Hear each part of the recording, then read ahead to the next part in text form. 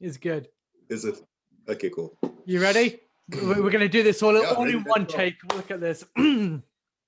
Let's go for it. Welcome to the Global Indian Podcast, the official platform for people of Indian origin, because let's face it, we are everywhere. Welcome back to the show. Thank you for clicking the link and thank you for finding out more about this remarkable conversation. Now, you know, every single week we plunge into the human experience of being a person of Indian origin, take a second look at those countries we now call home, and tackle the big conversations that we have to have. In this episode, I'm joined by the wonderful Gerald, all the way from South Africa, where we take a deep dive into what it is to deal with an element of narcotics, drug abuse, and how it's ravaging across the South Asian community there. But before we start, I'd like to say a quick thank you to our sponsors and supporters who, without their help, this wouldn't be possible, many of which you're going to hear from very, very soon.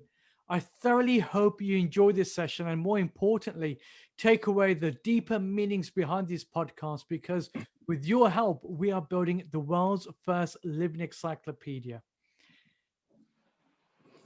Hi, everyone. Thanks for listening. Thanks for tuning in to Global Indian Podcast Series. Thanks for the opportunity, Rajan. I decided to go along with this podcast because I want all the listeners and everyone out there to know about what's going on in South Africa with regards to drugs and how really serious this problem has become, and how we as a community have now turned a blind eye towards it, and nothing much is really being done about the situation. The situation is quite out of hand at the moment. I mean, 60% of the crime in this country is linked to drug addiction. And, one every 3 out of 15 people have a problem with narcotics. So me, myself, I'm a recovering drug addict. I've been clean from the 28th of May, 2013. I'm almost 8 years clean now. But I've also come from a trying, lifestyle surrounded with drugs. I started using at a young age, so I know the effects of what drugs can do to someone. But in this country, we're faced with people in the government and stuff that are not really doing enough to try and curb the problem with drugs. And it's left to the individual and people in various communities to come together and try and do whatever it takes, to fix this problem.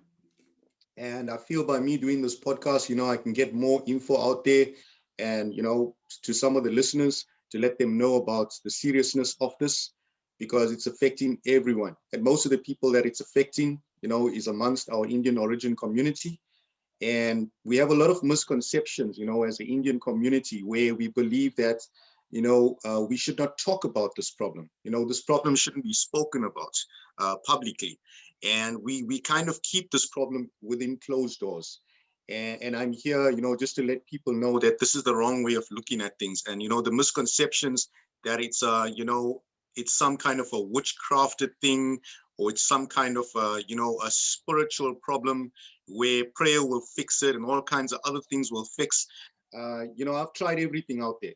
And I'm here to tell your listeners that, I've been an addict for many years now, and I've used drugs, and I've tried everything possible to stop using drugs, but nothing worked for me, Let's go right back to the beginning then, Jared. So, all right, sure. Yeah. You've been recovered, obviously, with the help of Narcotics Anonymous. You've been 8 years sober. When Yes. did you start into this world? Like, what was it like for you growing up? For me, growing up, I basically came from a good family. We weren't, I would say, we were poor, but we had everything we needed. I mean, my parents provided whatever we needed. Growing up, it was tough, and that's why, I feel that drug addiction affects a lot of people in poor communities. So me, myself, coming from a poor community, I was one of the guys that was introduced to drugs. At that time, I didn't think much of it. I mean, obviously, people spoke about it in school, the effects of addiction and how you should not do drugs. But no one, actually really thinks about it hard enough to say that, hey, this could be me. This could happen to me. I should really, stay away from it. And I was one of those guys that took it for granted. So I experimented with drugs from a young age in school. It started from high school. It went on to, right up till my matric years and stuff. But it helped me to deal with a lot of stuff. I mean, when I used my first drug, it it basically did things for me that I could not really do for myself. I didn't have the courage to speak. You know, I was a very shy person in school. So I looked at it as a cure, you know, for my lifestyle. And when I got to, you know, too much of it, you know, it started to, in the beginning, you know, most people enjoy drugs. I mean, I was one of those guys. I enjoyed the effects of it. You know, it was fun. What I was felt, your first drug? What was your almost gateway okay, in? my first drug is what we generally call, you know, the gateway drug, and that was marijuana, daka, you know, Zol in South Africa. It's widely available. I mean, it's legal now in this country, you know, so it's widely available to anyone, you know, whoever wants it. So it started off with marijuana, and you know, I thought that, you know what, everyone does it, so what the heck, you know, there's no big deal about it.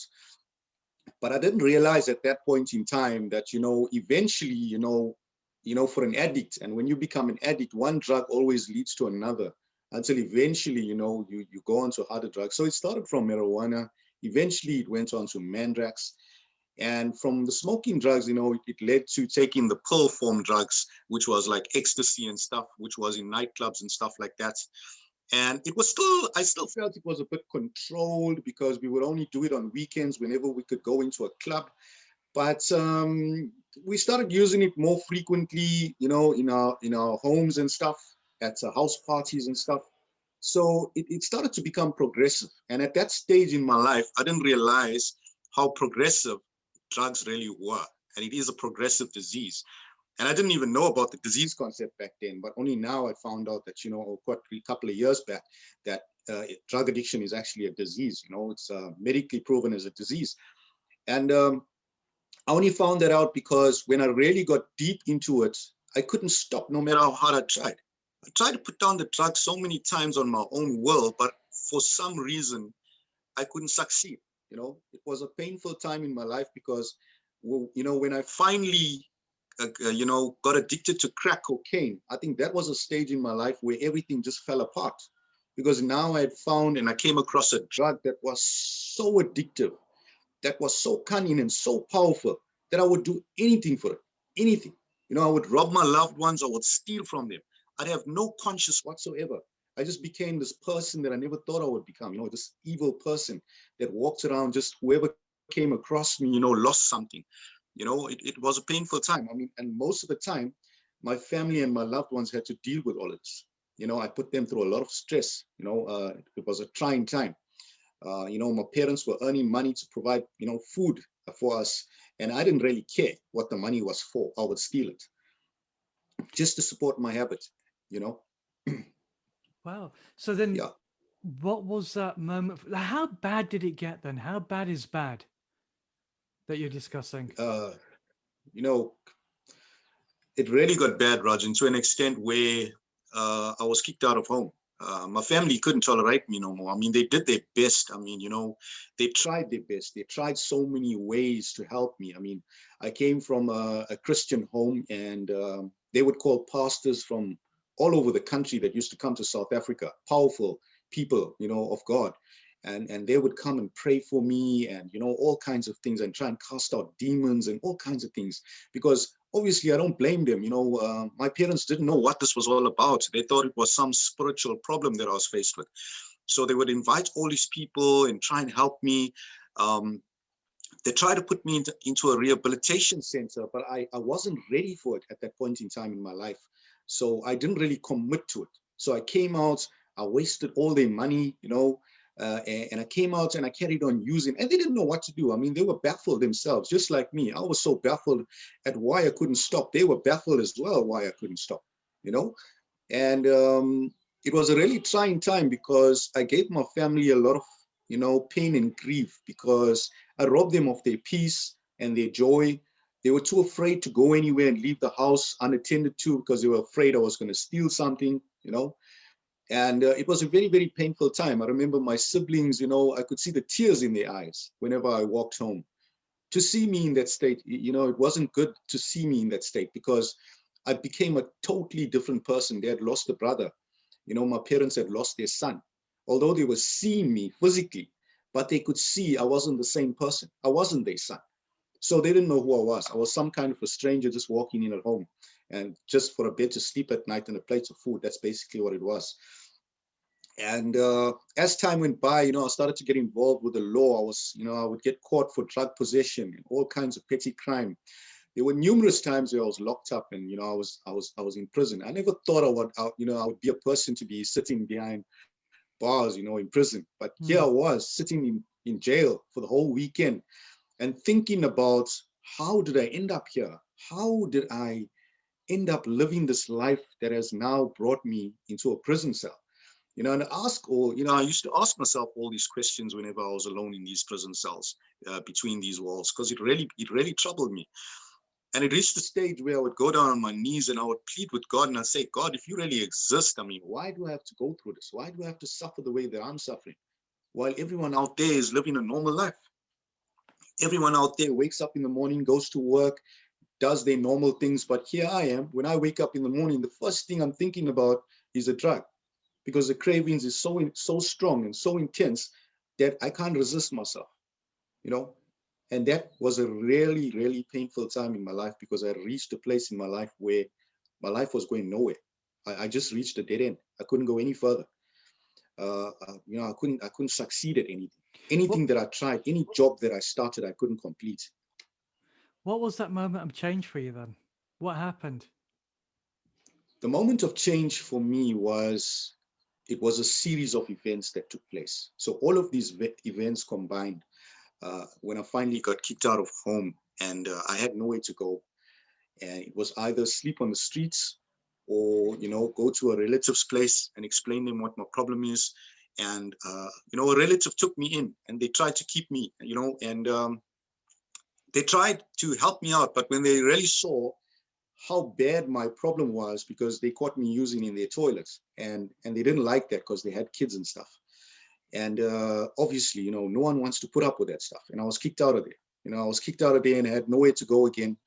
And I pleaded with my parents. I pleaded to them, please, just one more chance. I can't sleep on the streets. I won't survive. Just one more chance. And eventually they took me in, and they gave me a last chance, and they put me into a rehabilitation center. And I knew this was my last straw. I knew this was my last chance now to turn around and to do the right thing. So I stayed there in the rehab for like 21 days, and I did my best. I did my best. I would read my Bible. I would try and pray. I would do all the good things, the right things, the spiritual stuff, And that's when I heard about Narcotics Anonymous. And, I never thought that the program will work, but it's actually a spiritual program. And I got involved. And when I got involved, I was offered the opportunity to do service, to help other addicts that have the same problem as me. And that's what they've given me. And by giving me this opportunity, I actually found some value that came out of it. It actually strengthened my life. It made me stronger in my personal recovery, because here I was now, being that addict that I used to be, that actually gave up on life. And, I actually tried committing suicide and ending my life at one stage, because that's how bad it had become.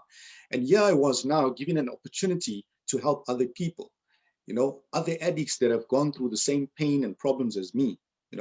And they say only one addict can best understand another addict. And I agree with that, because when I was using, I had so many people come up to me and tell me, Gerald, why are you using drugs? Why don't you just stop? Just say no. It's easier said than done. I've seen these things, but whenever I did try to say no, or I did try to stop, it wasn't possible. It's difficult to understand, but only another addict would understand that. And I found this working, because whenever I shared my stuff with another addict, that person would understand exactly where I was, and what I was trying to achieve, and what my troubles were, and what I was trying to escape whenever I used drugs. And that's where the help really came. It was just about one addict helping another. And, it's an awesome program, spiritual program. They really, strengthened me in all areas of my life. I've become a person that I never thought I would become, I never thought that one day I would be drug-free. I actually thought that I was going to die an addict, because that's the way it was looking. I felt that I could never stop using drugs. I thought there was no solution. There was no other way. When you look back at it, what do you think was the cause of it then? Because obviously it's a lot easier now looking back in hindsight, Yes. almost like a cinema screen and looking over your shoulder. What do you think was the main cause for that addiction for you? I think the cause for me was the fact that, I wouldn't blame it all on my background. Like, I did come from a poor home. Yes, I didn't have everything. I had the essentials, but I was looking for more. I would see kids in school with fancy clothes and stuff, and I wanted that. So I was looking for some form of acceptance. I remember when I moved from one school to another, it was a huge change for me because it was a different area from where I moved to. And I had to make new friends. And I think the biggest problem for me was making friends in a different area because they looked at me like some kind of basically an outcast. Because here I was, from a totally different area now. Here's this new guy, and and they would tease me and keep all funny names for me and stuff. And yeah, I was trying to fit in. Yeah, I was trying to go through all of the stuff and all of these challenges that we face in everyday life with people of all kinds of origins and stuff. And it was at that young age when I got into high school, it was hard for me. But when I was introduced to a substance, and that's why we take it for granted, but drugs is so readily available today in schools, in everywhere you go, there's drugs. But when we face these issues, we need to have life skills. We need to be learning stuff on how to cope with everyday life without using substances. And that's something that I didn't have. So when I finally picked up my first drug, it helped me to, find that acceptance, to become that person that I was going to be liked. I really wanted to be liked by, my So peers and stuff. it was almost like a social lubricant then for you, like a form of It was, escapism. yeah, it was Yeah.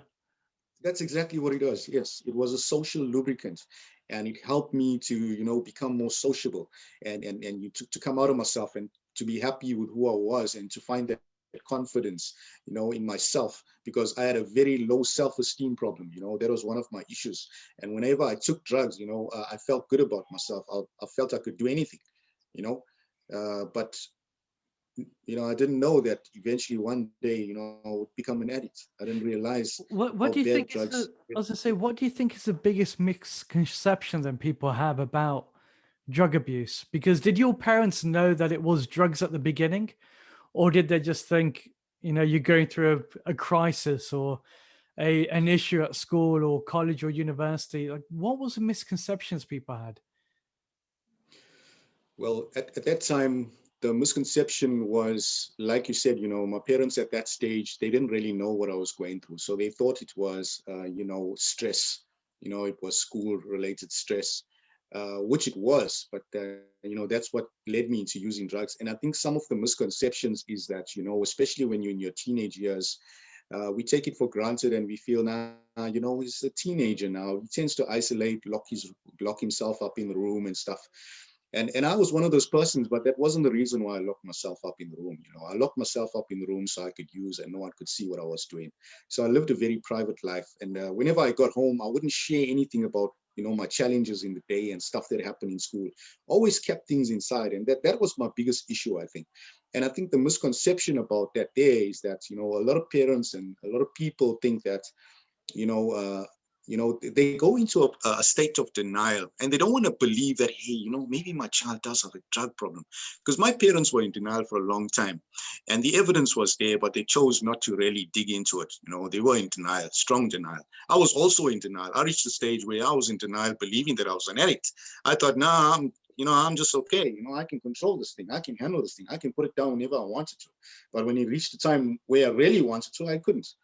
And eventually, it took a lot of time for my parents to really find out what was going on and to really see that, hey, my son has a drug problem, because it was staring them right in the face. They couldn't deny it any longer. So I think one of the biggest misconceptions, one of the biggest problems in our Indian society or many other communities out there is denial. Denial is a huge factor. And we don't want to come out of our shell and talk about this as a community, as parents. We don't want to talk about this. We don't want to say, hey, you know what, my child's got a problem with drugs. He needs help. We feel it's something to be ashamed of. We feel it's something to be embarrassed about. But it's not. It affects so many people out there today, especially in South Africa. I mean, so many homes. I mean, almost every home has one individual that's got a problem with substance, and if it's not uh, hard narcotics like what I was addicted to, it's normal painkillers that you find in the pharmacy. It's all kinds of drugs that's addictive today. So I think there's a lot of misconceptions, amongst our society and in our community that needs to be changed. If we're going to fix this and come together as a community and really find a solution to addiction, we need to come out our shell. We need to talk about this as a community, air our opinions, and help one another. That's the best way. Do you think that there's enough mindset towards this? Because you're right. I think we look at alcoholism and it's now becoming a norm. People realize, okay, somebody's drinking too much. We need to do something, or they consider changes in behavior. But when it comes to drug addiction, you're right. It's almost a very taboo thing. If somebody has a drink in public, nobody says anything. If you roll up in public, it's almost seen as part of a hip hop video. It's almost normalizing that behavior. But then people forget that there's something a lot deeper. So as soon as you start doing things like crack cocaine, how do you think? What has to happen for society to be able to see that? Yeah, you hit the nail on the head there, Rajan, because alcohol is something I started with, and everyone does alcohol, and no one looks at it as like, anything ashamed. They're not ashamed about it because it's socially acceptable. I mean, here's a substance that's socially acceptable. The moment you put on your TV, you see a bottle of drink. I mean, everybody does it. So there's this thing where, he drinks too much, or, it's not a problem. So everyone ignores it. But like for me as an addict, that's where it all starts off. My addictive personality also started off with alcohol. So it was alcohol and marijuana in the beginning. And alcohol actually is the scary part about it, because I'll tell you why. Like, I've got a lot of friends that, are alcoholics, like one of the guys you aired in one of your podcasts. And I'll tell you something. It's like alcohol makes you brave. You can do anything under the influence of alcohol. If someone offers you a drug, you'll be brave enough to try it. And if you're completely sober, you'll probably refuse it. But if someone comes to you and say, hey, try this out, this will make you sober instantly. And that's what happened to me. I was introduced to crack as a form of getting sober, so I could go home and no one would notice that I was drunk. And that's how I got involved with crack. That's what happens. That, people don't really look at drug addiction as much, but yet drug addiction is a bigger problem. It's a much bigger problem, because what I've noticed today in this day and age, now people start off with alcohol and eventually they go on to other substances. And I've seen that a lot now, and the most common form of substances is crack and cocaine. So see, that's surprising. My alcoholic friends. That's massively surprising, Gerald, because for me, I would think that the biggest thing out there is marijuana. Obviously, it's there, but you don't think about how bad it can get. But the moment you start speaking about crack, cocaine, then almost you get these images that come to your mindset that these things have devastating impact. Do you think that the potency of drugs is also increasing? Do you think that's also potentially another issue? Because even things like marijuana, if you look at the marijuana in the 1960s, it would have been a very different potency to where it is now. Now we've got things like industrial strength to put down a horse, let alone a human being. Oh yeah. Yeah, Rajan, it's just getting stronger and stronger and stronger, and I just worry about our generations to come and, where we're currently in right now, because the strength of the drugs right now in the market is way worse than when I was using, and when, even in my parents' time, because I see the effects. I mean, the guys tell me now, and, I hear stories because I am in contact with addicts that are still active because I'm trying to help people out. And they tell me the drugs that are on the market today. And today you get marijuana of different strengths, and you get different flavors, different strains. And that's the thing, is it's just getting worse and worse and worse. It's just getting stronger and stronger and stronger. I remember when I was using marijuana, we would smoke a lot. We could really smoke a lot. I mean, the pipe would go around the circle. If it was a bunch of like 10 guys, the pipe would go around the circle, and everyone would just continue smoking and smoking and smoking. There weren't enough. But today, it's like, you just see one joint being passed around and everyone's goofed, and I've seen it. And that's a scary thing in our society today. It's really, really scary, because we don't know what chemicals are going into these things these days. There's a lot of harmful chemicals in the drugs today. And it's becoming more and more harmful, more and more addictive, more and more dangerous. Do you think so? When you hear countries are opening up, liberalizing laws on drugs, marijuana, for example, in South Africa, how do you feel Yeah. about that? I really feel personally, I get very emotional when I think about it because, being an addict, I know what this drug can do to people. I've seen a lot of people go into psychosis, and people think that, marijuana is actually, it's a natural herb, it's a natural substance. I mean, for the government to legalize it, it just goes to show how, how they're turning a blind eye against the effects and, the impact addiction has had on our country as a whole, because here we have a drug that, may seem like it's not lethal or may seem like it's not harmful, but yet this is what people start off with. And this is what grasps our kids. This is what our kids start indulging in, and it's not only a gateway drug, it's not only a drug that, gets you started onto harder drugs eventually and become an addict, but it's also a drug that you can go into psychosis. I've seen people that have smoked so much of weed that are now sitting in mental institutions because of it, because they've gone into a state of psychosis. But the problem is, the evidence is there, everything is there. I mean, we have a hospital here that has a lot of cases of it. So people are well aware of the effects of marijuana, but yet it's legalized. But I then mean, I can understand, at the same token, though, wouldn't you turn around and say, well, alcohol's legalized. People can drink alcohol. Alcohol causes much more deaths than yeah, marijuana yeah, has. Surely, then at the same yeah, breath, you'd be saying, well, you should ban alcohol if you're going to ban marijuana. Like, what are your thoughts yeah. around there? Well, exactly. The thing is with alcohol, it's been around for years now, and it's been legal and socially acceptable for many, many years, way before my time. So this has been done very recently. But, you know, people, just like you said, now people look at alcohol and they say, hey, yeah, alcohol causes a lot more deaths, a lot more accidents, people behave differently. And it's so true. But to go back and undo that, it's a bit of a mission. But also like with marijuana as well now, what we basically saying to our youth is that, yeah, it's fine. You can smoke. You can go out there and smoke marijuana and you can drink. It's okay. But it's not okay. I mean, when we start doing these kind of things now, eventually now we end up in a different place. We end up in a place now where you enter into the dark zone, where you now open up yourself to a variety of other harder drugs that's way worse than alcohol. So And that's basically, because of the strength of the marijuana now is it's no all, way yes, comparable to what it used to be. correct, correct, 100% correct. So yeah, that's my concern. So yeah, well, unfortunately, we can't change the laws.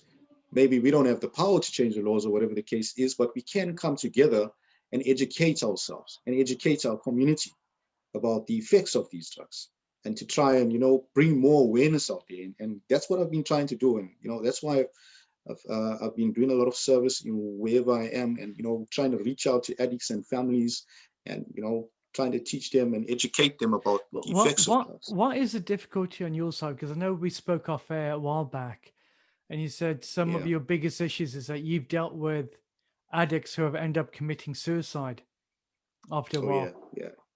Yeah. Yeah. It's sad.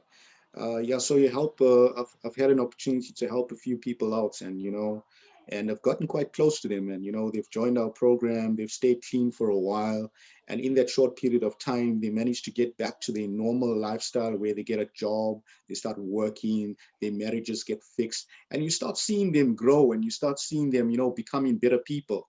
And then what happens is because of the lack of support and the lack of understanding, the person starts to believe that, hey, I'm fine. It's been a year now since I've used drugs. I'm actually normal now. I'm back to normal. And they don't understand the disease concept, that there's no cure for this disease, but it can be treated. So they go about living their normal life and forget about the program. And it's happened to a few guys. And it's sad, and I lost a good mate of mine that came into the program. I was his sponsor. I sponsored him for a while, and he passed away. I mean, he relapsed, he committed suicide. And here I was, blaming myself. I was like, you know, maybe I could have done something more. You know, I could have saved him. Now, I mean, here's his wife and his kids left without a father, left without a husband. And, you know, I was really, really emotional at that point in time because I kept blaming myself. But then I learned and I realized that no one else can save you. You know, no one else can save an addict from, you know, from suicide or any other, you know, form of relapse, except the addict himself. So no matter what I did, no matter what I said to kind of help him, you know, the decision and the choice is left to him. And that's what I learned, because end of the day, I had to make the decision for myself. Do I want to continue living this life? Do I want to throw my life away? Do I want to die at an early age? You know, so I had the choice. I was given the opportunity. I was shown the solution. I had the solution right in front of me. They said to me, this is the program, you know, 12 steps. I need to work these 12 steps, you know, and I can recover on a daily basis. It's a daily reprieve. So I took the solution. I embraced it, but not everyone does. And that's the unfortunate thing. You know, some make it, some don't make it, but the recovery rate is really, really low at the moment.